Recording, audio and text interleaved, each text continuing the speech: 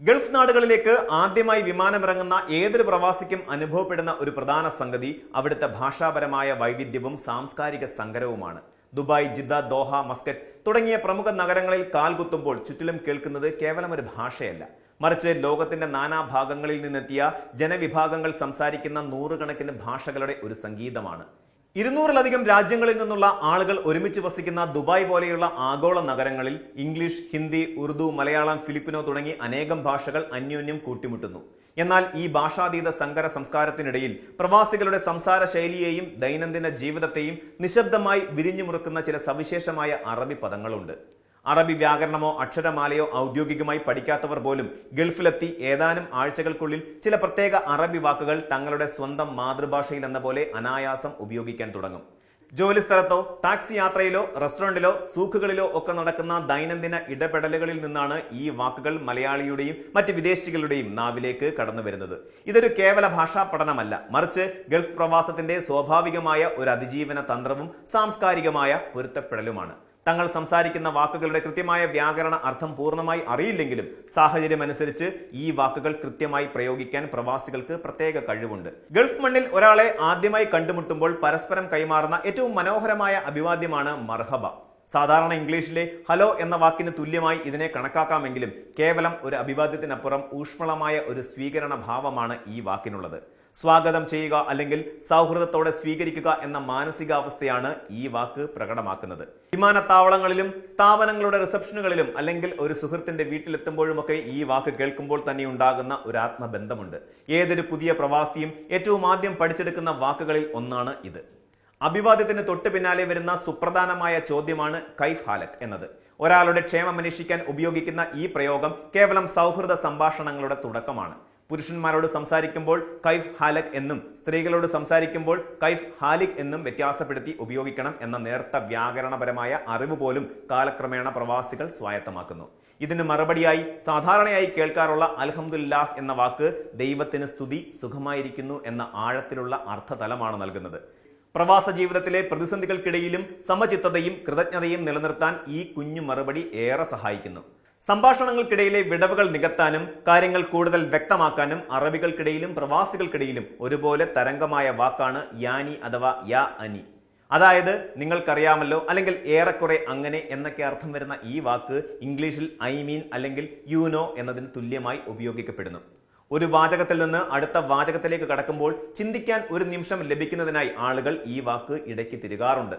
അറബി ഒട്ടും സംസാരിക്കാൻ അറിയാത്ത പ്രവാസികൾ പോലും ഏതാനും മാസങ്ങൾക്കുള്ളിൽ തങ്ങളുടെ സംസാരത്തിൽ അറിയാതെ യാനി ഉപയോഗിച്ചു തുടങ്ങും. ഇതൊരു രസകരമായ കാഴ്ചയും കൂടിയാണ്. സ്നേഹവും ആദരവും നിറഞ്ഞ മറ്റൊരു ആഗോള പ്രശസ്തമായ അറബി പദമാണ് ഹബീബി.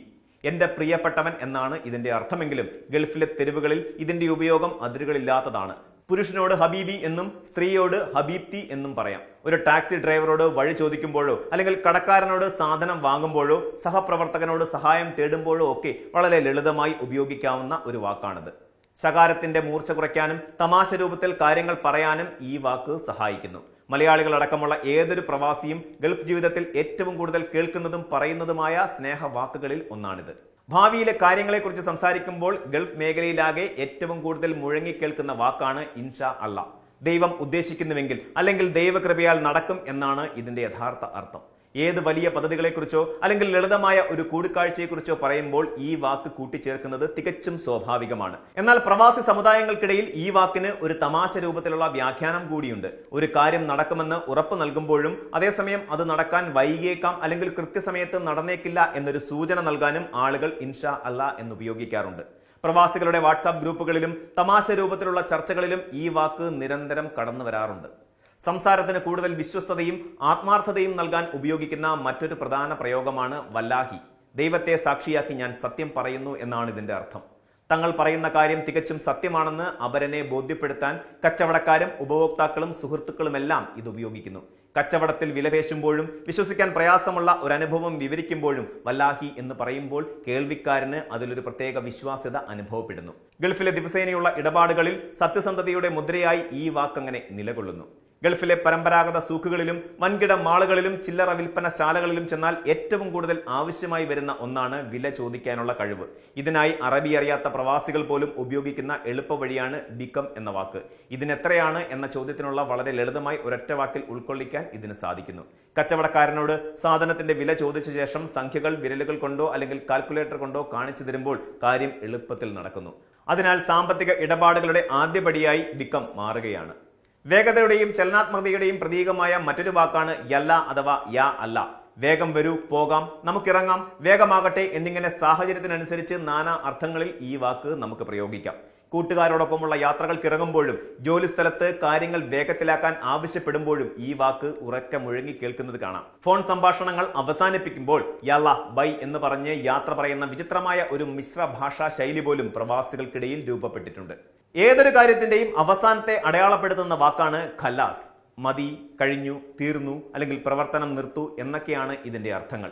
ഒരു നീണ്ട ചർച്ചയ്ക്ക് വിരാമമിടാനും ജോലി പൂർത്തിയായെന്നറിയിക്കാനും അല്ലെങ്കിൽ ഇനി ഭക്ഷണം വേണ്ട എന്ന് കഫ്റ്റീരിയയിൽ പറയുന്നതിനുമെല്ലാം ഖലാസ് എന്ന ഒറ്റ വാക്ക് മതിയാകും. പ്രവാസി ജീവിതത്തിലെ സങ്കീർണമായ പല പ്രശ്നങ്ങൾക്കുമൊടുവിൽ ഒരു വിരാമ ചിഹ്നമിടാൻ സഹായിക്കുന്ന ഈ വാക്കുകളുടെ ശക്തി എത്രത്തോളമുണ്ടെന്ന് വ്യക്തമാക്കുന്നു. ഗൾഫിലെത്തി ആദ്യ നാളുകളിൽ തന്നെ ഈ അറബി വാക്കുകളെല്ലാം മനഃപ്പാടമാക്കേണ്ട ആവശ്യമില്ല എന്നതാണ് ഇതിന്റെ ഏറ്റവും വലിയ പ്രത്യേകത. ജോലി സ്ഥലത്തും താമസ സ്ഥലത്തും വീതികളിലും കടകളിലുമെല്ലാം കേട്ട് പരിചയിച്ച് പതുക്കെ ഈ വാക്കുകൾ ആളുകളുടെ ബോധ മനസ്സിലേക്ക് താനെ ചേക്കേറുകയാണ് ചെയ്യുന്നത്. സംസ്കാരങ്ങളുടെ സംഗമ ഭൂമിയായ ഗൾഫ് നാടുകളിൽ ഈ വാക്കുകൾ കേവലം ഒരു ഭാഷാ പ്രയോഗം മാത്രമല്ല, മറിച്ച് മരുഭൂമിയിൽ അന്യോന്യം കൈകോർത്ത് ജീവിക്കുന്ന വിവിധ ജനവിഭാഗങ്ങളെ തമ്മിൽ ബന്ധിപ്പിക്കുന്ന സാംസ്കാരിക കണ്ണികളാണ്. ഒരു ദിവസം മർഹബ എന്ന് പറഞ്ഞ് അഭിവാദ്യം ചെയ്തു തുടങ്ങി, യല്ല എന്ന് പറഞ്ഞ് ഒരുമിച്ചിറങ്ങി, ഇൻഷാ അല്ലാ എന്ന് പറഞ്ഞ് പ്രതീക്ഷകൾ പങ്കുവെച്ച് ഏറ്റവും ഒടുവിൽ ഖലാസ് എന്ന് പറഞ്ഞ് ഒരു നീണ്ട ദിവസത്തെ അധ്വാനം അവസാനിപ്പിക്കുമ്പോൾ ഏതൊരു പ്രവാസിയും താൻ അറിയാതെ തന്നെ ഈ ആതിഥേയ നാടിന്റെ സംസ്കാരത്തിന്റെ ഒരു ഭാഗമായി മാറുകയാണ്.